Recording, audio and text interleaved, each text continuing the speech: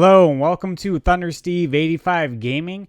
If you're new to the channel, please do me a favor, like this video, share it, and click the subscribe button as it helps me out a ton. So today we got some new games for the Nintendo Switch online service. Obviously, if you don't know, we don't get games very often. There's no sort of set schedule for this. So anytime we get new games, it's pretty exciting. Sometimes Nintendo will let us know like a week in advance when we're going to get a new game. But from what I've gathered over the last probably 6 months is they really only will give us some sort of announcement prior to when it's a Nintendo 64 or Game Boy Advance game.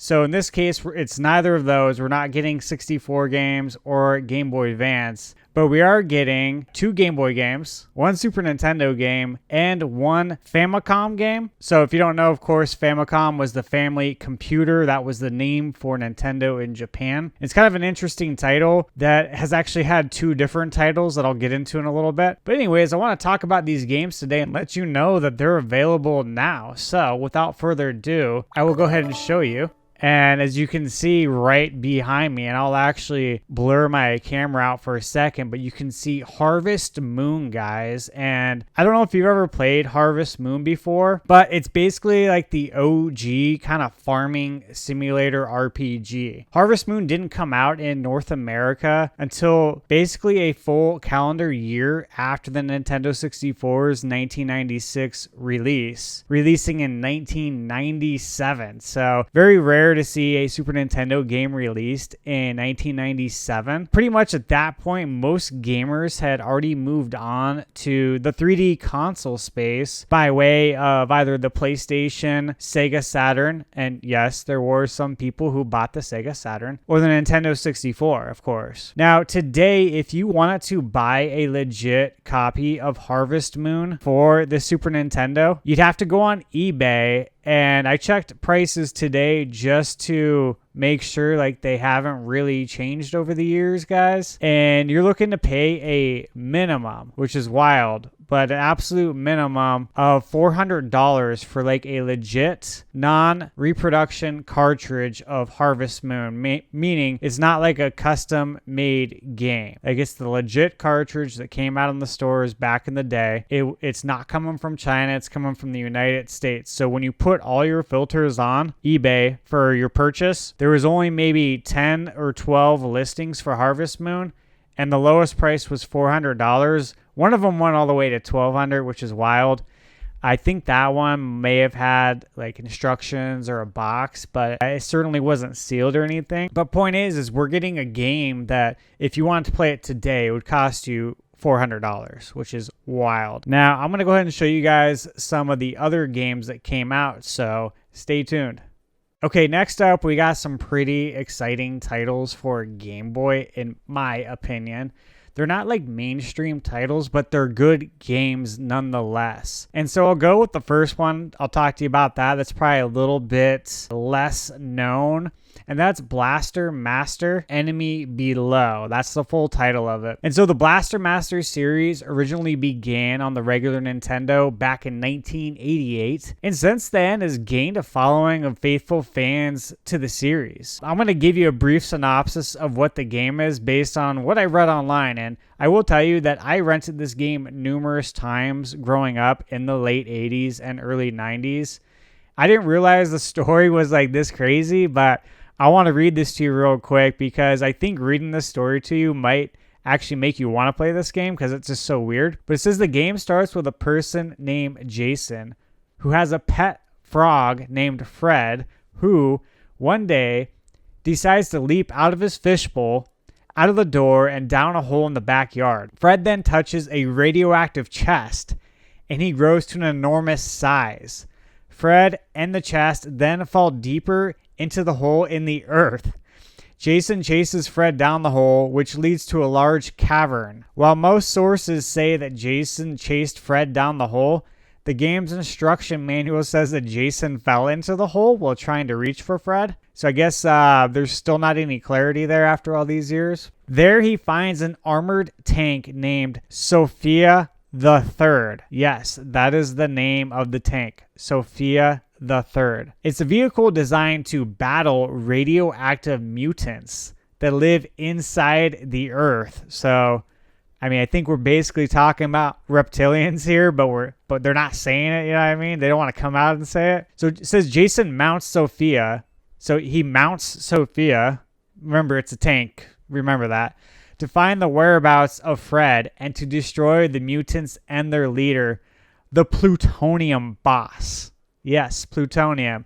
You know, like the stuff that you put in the DeLorean so you can go back to the future. Yes, that stuff, plutonium. So pretty wild stories.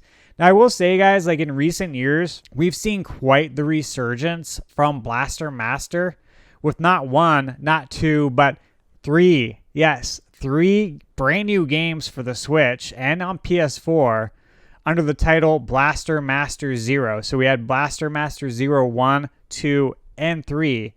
And they're all actually really cool games. So if you've never played Blaster Master before, this is a great opportunity to play it. Again, it came out on Game Boy Color, so it's not going to have the best graphics in the world, but gameplay is what really matters, right?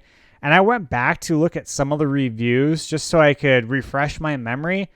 And it got like 8 and 9 out of 10 from many websites. I couldn't find a Metacritic on this, but just going to like a few websites, giving it a Google search, I saw 8s and 9s. So I think this is totally a worth title playing.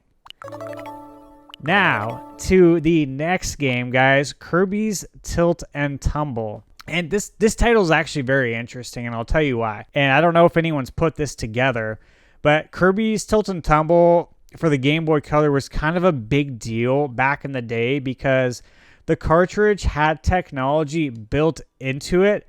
I think it was accelerometers possibly, or whatever the technology was right before that. But it would allow you to literally use motion controls on your Game Boy Color. And it was exclusive to this game. So essentially Nintendo and I believe HAL Laboratories experimented with motion controls a full 6 years before the Nintendo Wii would eventually launch in North America in 2006. So with that said, you might have Kirby's Tilt and Tumble to thank for the Nintendo Wii in a roundabout way. If you tried to purchase the game today, it would cost you around $70 on eBay for a loose North American copy. Meaning it's not a Japanese cartridge, it's North American. It'll work in your Game Boy Color. It'll cost you about $70. That was the best price I could find. So this is definitely the most inexpensive way to experience Kirby's Tilt and Tumble. And I think it's totally worth playing, especially if you want to kind of see the history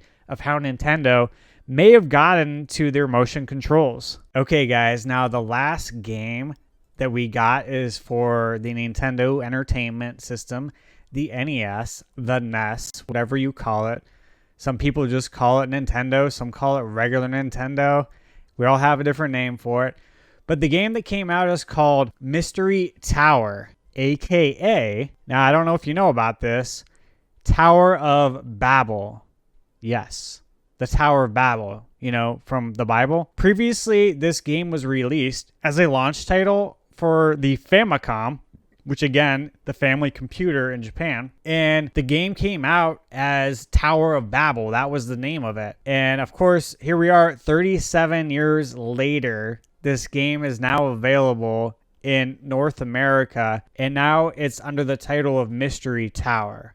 So yeah, very interesting. You can do some Google search on it to read into it more if you're more interested in it. There's not a ton of information about why the name change happened, but I'm sure most of us can probably figure it out on why they changed the name from Tower of Babel to Mystery Tower. But if you liked Solomon's Key by Hudson Soft, then I think you will definitely find yourself enjoying Mystery Tower. So there you have it, guys. Again, these are the new titles that just came out today. It was kind of a surprise shadow drop that we got new games from the Nintendo Switch online service. And so who knows when we're going to get more games again.